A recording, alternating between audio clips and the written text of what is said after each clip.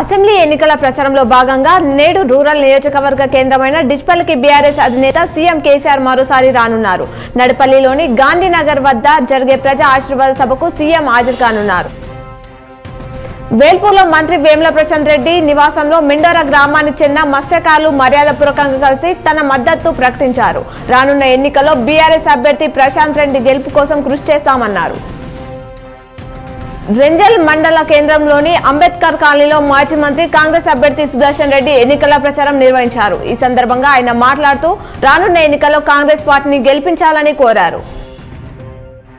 World cup semis లో Kiwis పై భారత్ ఘన విజయం సాధించింది. షమి 7 వికెట్లతో వరల్డ్ కప్ లో 50 వికెట్లు మార్క్ దాటేశారు. కోహ్లీ రికార్డ్ స్థాయిలో 50 సెంచరీ పూర్తి చేశారు.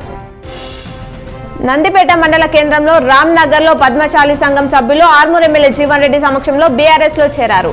రానున్న ఎన్నికల్లో బీఆర్ఎస్ అభ్యర్థి జీవన్ రెడ్డికి మద్దతునిస్తామన్నారు.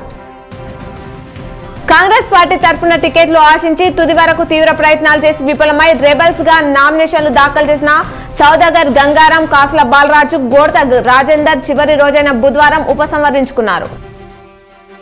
సీఎం కేసీఆర్ జనరంజక పాలన బాల్కొండ నియోజకవర్గ అభివృద్ధికి ఆకర్షితులై ముక్కాల్ మాజీ సర్పంచ్, ఉప సర్పంచ్, ఎంపీటీసీ, పోలీస్ వృద్ధ వల్లభ్, మైనార్టీ సీనియర్ నాయకులు మంత్రి వేముల ప్రశాంత్ రెడ్డి సమక్షంలో బీఆర్ఎస్ లో చేరారు. వారికి పార్టీ కండువా కప్పి ఆహ్వానించారు.